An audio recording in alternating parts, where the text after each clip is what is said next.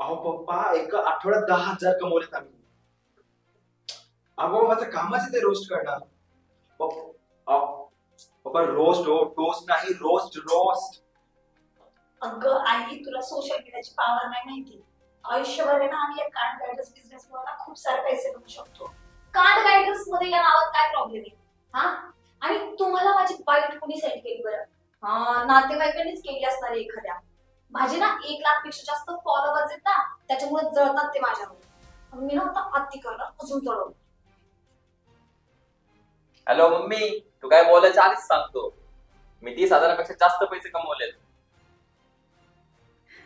Business जोर चालू आहे.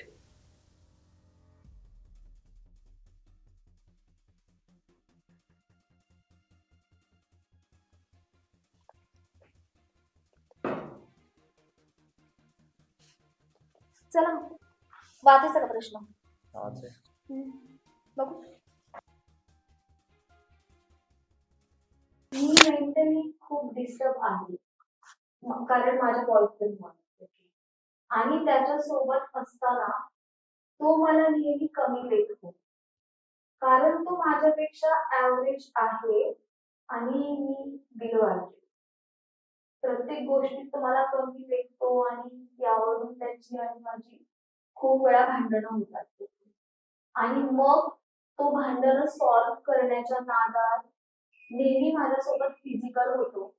त्याला असं वाटतं की फिजिकल झालं तर प्रॉब्लेम सॉल्व्ह होईल. But now I am done with this relationship. मला माझ्या एक्स बॉयफ्रेंड कार्तिकची आठवण यायला लागली आहे. तिच्या एक्सचं नाव पण कार्तिक आहे. मेरा वाला कार्तिक तो बहुत सही बनता है यार. तो याच्यापेक्षा कितीतरी पटीने बेटर होता.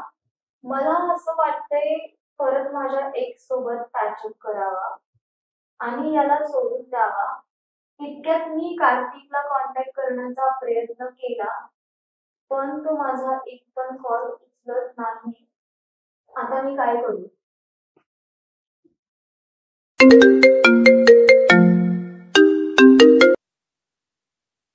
हॅलो.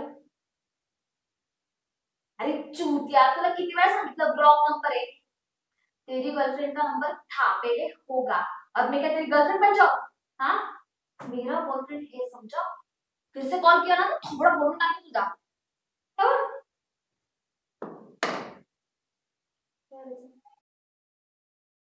3 वर्षानंतर तुझ्या एक्स गर्लफ्रेंडला तुझी आठवण येते कशी बेंचोत? हा लफडा जर शर्वरीला कळलं माहितीये ना काय होईल? हे हाय, मी शर्वरी. हे बघ, तुला बिलो ॲव्हरेज समजतो त्यावरूनच त्याची मेंटॅलिटी कळत आहे. तू अशा मुलासोबत राहूच नको. ब्रेकअप कर. 3 वर्षापूर्वी माझा ब्रेकअप झाला होता. अचानकच मी तुला बोरिंग वाटू लागलो. तुला ऍव्हरेज मुलगा हवा होता आणि माझे त्यावेळेस ना 1,000 फॉलोअर्स पण नव्हते. मला समजतच नव्हतं रे मी काय करू. मी ट्रॅव्हल करायला स्टार्ट केलं आणि हळूहळू कसा कसा यातून बाहेर पडलो. आणि जर तुला वाटत असेल की परत एक्स कडे जावं आणि तुला माफ करावं तर ट्राय करून बघ डिअर. कारण लाईफ एकदाच आहे. पुढे जाऊन रिग्रेट नको कसला. आता मला इतकं जास्त रिग्रेट होतं ना या सगळ्याचं. असं वाटतंय हे सगळं मी तिला आधी का नाही सांगितलं. पण तेव्हा वाटत होतं की हे सगळं मी तिला सांगितलं तर तिला पण मी फ्युचर मध्ये बोर वाटू शकतो. मला खूप वाईट वाटत आहे की तुला तुझा बॉयफ्रेंड इतका त्रास देत आहे. पण तू चांगली मुलगी आहेस. इतका त्रास देतो बॉयफ्रेंड तरी त्याच्यासोबत राहतेस. हे बघा, शर्वरी ना इतकी टिपिकल मुलगी नाहीये. कार्तिक, अजून सुद्धा वेळ नाही गेली. तू जाऊन तिला सांग. कमी सांगू माझ्या पद्धतीने. माझ्या बॉयफ्रेंडचं नाव पण कार्तिक आहे. तो खूप छान आहे. कार्तिक नावाची मुलं छान असतात. असेल तुझा पण एक्स चांगला. आय होप तुझ्या एक्स सोबत कॉन्टॅक्ट व्हावा आणि पॅचअप व्हावा. All the best dear.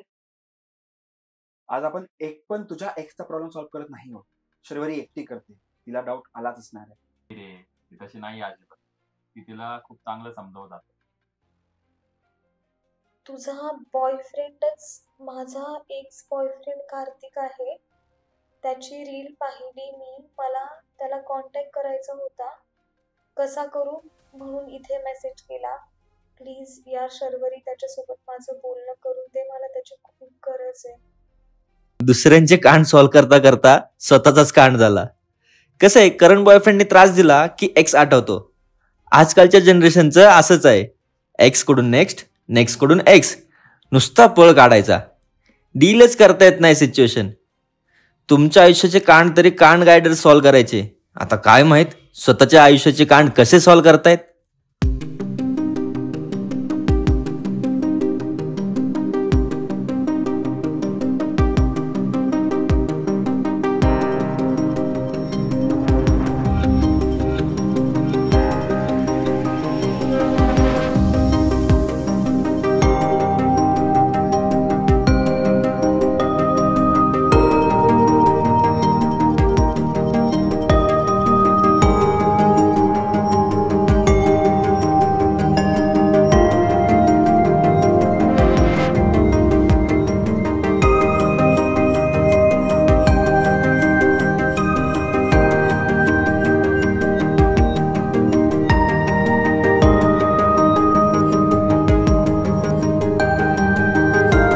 आणि मग आजच्या एपिसोड मध्ये जशी माझी वाट लागली, तुमची पण लागली आहे का कधी?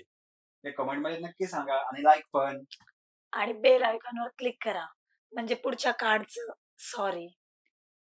एपिसोडचं नोटिफिकेशन येईल. आणि चॅनलला सबस्क्राईब पण करून जा आता. Share bye.